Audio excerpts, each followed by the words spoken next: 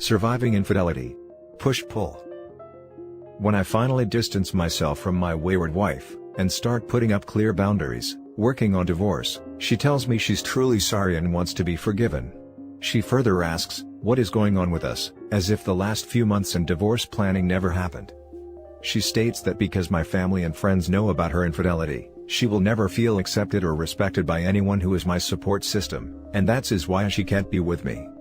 She feels betrayed that I started talking to my family and friends for support during the pandemic and did not tell her. She states she only talked to one person about her feelings, her affair partner, and I talked to 10.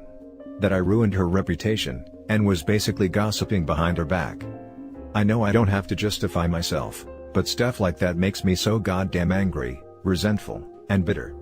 After 1 year of pure suffering and growth, and me trying my best to not react to her but respond with kindness, while drawing clear boundaries, she asks for forgiveness? She says she's truly sorry it didn't work out, that no matter what happens, we have a soul connection. What the hell? Where was this 6 months ago when we were doing marriage counseling and she was still talking to her affair partner on the side, about how much she loved him and missed him? Did she not see that she would lose me, lose us? I'm so sick and tired of this woman's push and pull, the drama, the emotional swings. Sorry for ranting Reddit, but some days, even though I'm healing and moving on, I get so upset. Now for the top comments. You didn't ruin her reputation, she did. You just informed people who she really is. She simply isn't taking responsibility for her actions and behavior, and is mad she is being held accountable. Unremorseful cheaters can't stand accountability. If I'm in your shoes, I tell her forgiveness is impossible at this point. And will be impossible until you learn to take responsibility for what you did and who you are. Why are you still in contact with her? It seems that it only brings you pain. I get it, it sucks. That said, you seem committed to moving on, which seems to be the correct choice. She was likely in limerence, and as the fog clears, she is confused by the realities she created. Sad, yes, but all we can do in life is move forward. Good luck. If she hadn't been unfaithful, you wouldn't have needed to reach out to people for support. I hope you feel strong enough to leave. It shouldn't be up to the unfaithful one to decide what the next step is. She feels betrayed. Her reputation wasn't all that important to her when she chose to cheat. All you did was tell them what you know, and that's probably not even the whole story. She's still got some dirty little secrets that she's chosen not to share. Guess her self-image is more important to her than taking responsibility for her actions, overcoming them and truly reconciling. She thought that she was the power partner, and has just worked out that she's not all that. This sounds like it's past the time to go complete no contact and block. Give her time to work out what the consequences of her actions really are. Time to tell her support network the truth, and affair partner's significant other too. She thought you'd just take it and it would be harmless fun for her. She's still trying to control you, so don't back off. Instead, escalate. Better hope you don't have a soul connection. You and your support network know exactly where hers is heading. Now for the next story. How did you get over the pain of being cheated on, and what did you do to overcome devastating pain? I, male 53, been with my wife, female 54, for 23 years. We suffered from the loss of our first child together, and then went on to have 3 more kids, have gone through countless moves, her losing her job and me sticking by her through cancer. She was my absolute best friend, and we have been through everything together. I have done nothing but adore our whole lives together. I found out about 2 months ago, that she had been having an affair with an ex-co-worker. I have since moved out of the house and have been living with a buddy as I have nowhere else to go. The kids are devastated, and have no idea why we have separated. We haven't started divorce proceedings yet, but I plan to. I can't bear to tell the kids the truth. They have no idea what she's done and I know it will break them.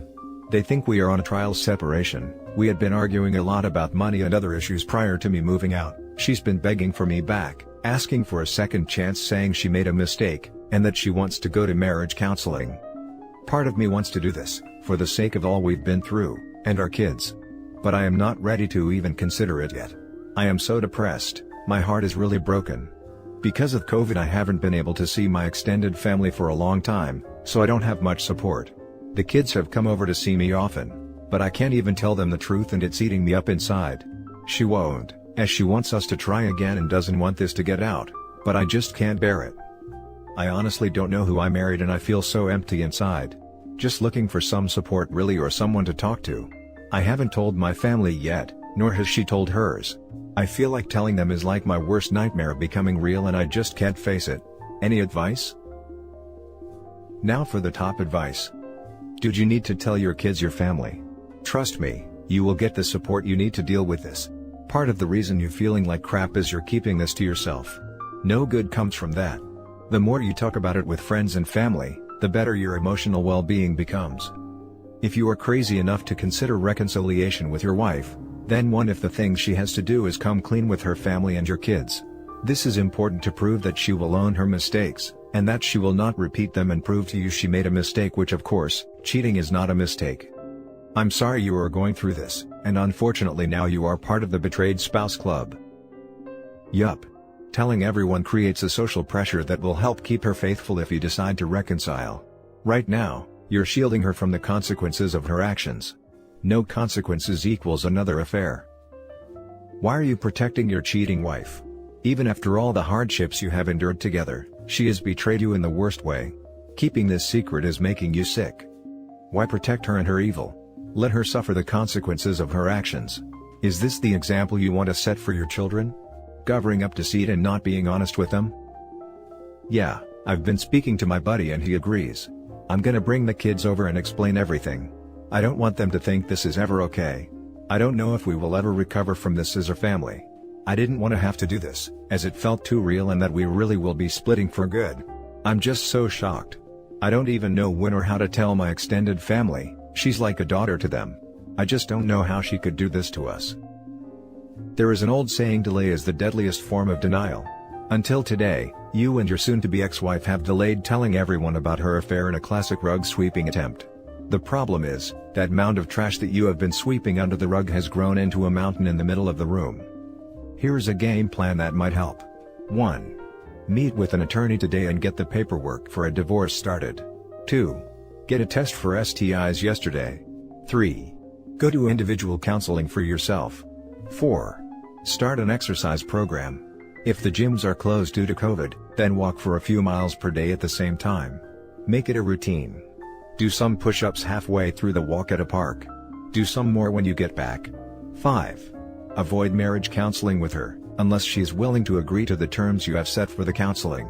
Those terms should be a confession to your children, family and friends, along with real remorse where she prioritizes your wellness above her own. 6. Have the divorce papers served to her. This will make it real for her, as right now outward appearances are more important to her than her relationship with you. 7.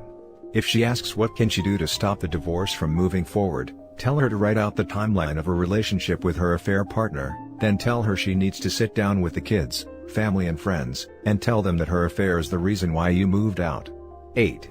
Make her confess her affair to the wife/girlfriend of the affair partner if he has one. 9. If she doesn't comply by this playbook, then move forward with the divorce. The next story is titled, Reconciling with Cheating Spouse but Feeling Disgusted When It Comes to Intimacy. I found out about a year ago that my husband of 15 years, I'm 35, he's 37 and we have 2 kids, has been cheating on and off, via dating apps/finding random women, for several years at least. He and I were separated for 8 months, and after going to counseling, seeing some positive changes in his behavior, he quit drinking for example. I let him come back to the house back in December. I am really enjoying our relationship and spending time together as a family again.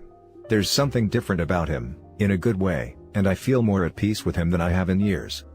However, when it comes to intimacy, even kissing him, I feel totally closed off. Disgusted actually. The other night, he asked me what he would have to do to make me feel comfortable with X again, and I honestly have no clue. Even him rubbing my leg while we're sitting on the couch watching TV, makes me involuntarily make a face because I feel so gross just thinking about intercourse with him. I plan on bringing this up at our next therapy session, but I guess I kind of wanted to see if other people had felt similarly. I'm sure I'm not alone, and what, if anything, helped you get past this, or if it was eventually something that led to the end. Thanks for reading. Now for the top advice. You may have reached the point that you've lost feelings for him. The proverbial, I love you but not in love with you. You love him as a best friend and for the great life you all have together, but his actions made your heart fall out of love. Quite honestly, it's difficult to get it back. It's hard to force the heart to want what it doesn't want. Good post. It is not only hard to get back that feeling, sometimes it may never come back at all. You've lost feelings for him and it's really hard to get those back. He's basically broken your marriage bond and you'll either be able to fall back in love with him, or you won't. For me, it was from fear of being betrayed again. I forced myself to get over it, and then a few years later, bam, he cheated again. My body knew all along. Wow. This is exactly why we can't get comfortable. The last story is titled, Stuck. About 2 months from D-Day, I deployed in February of 2020, and bought my wife and I a house in another state, because we were moving when I got back. She moved our whole house with her brother while I was on deployment. We had normal deployment struggles, with opposite days and nights as I was across the world. I had a bad feeling in my gut, but no real proof. Fast forward to September, I get back and we are readjusting to living together again. Again, something that is normal for being on a deployment. She seems different, and again I have a weird feeling about her new friends and lifestyle changes, but just sweep it under the rug as normal. Fast forward to December, things are beginning to feel like normal. We had a few big fights over the months, with her threatening me with divorce because she doesn't feel loved. Which, I have no idea how she feels this way, because I'm very loving and give her my first thought always. I feel as if my whole life revolves around her to the point I'm not myself sometimes. But December 9th, I am given a handful of photos from one of her friends. The photos are of my wife with another man, of them together on trips, embracing, some of him shirtless. A man that was just a friend, and I was being ridiculous questioning her about before. None of the pictures completely damning though. My first thoughts are I'm being dumb, they are just friends, and I'm sure she has an explanation. I feel as if I've been trained by her at this point that I get jealous for no reason. After confronting her friend and her brother, however, I find out the truth. She's been having an affair with this man for months while I was gone. I'm devastated.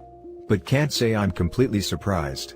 I confront her about it and she admits to the affair, saying she was going to tell me eventually, just didn't know how. She explained that she didn't feel enough attention or love while I was gone, and that this man made her feel like a person. She has bad bipolar and ADHD, and claims she was on a manic high.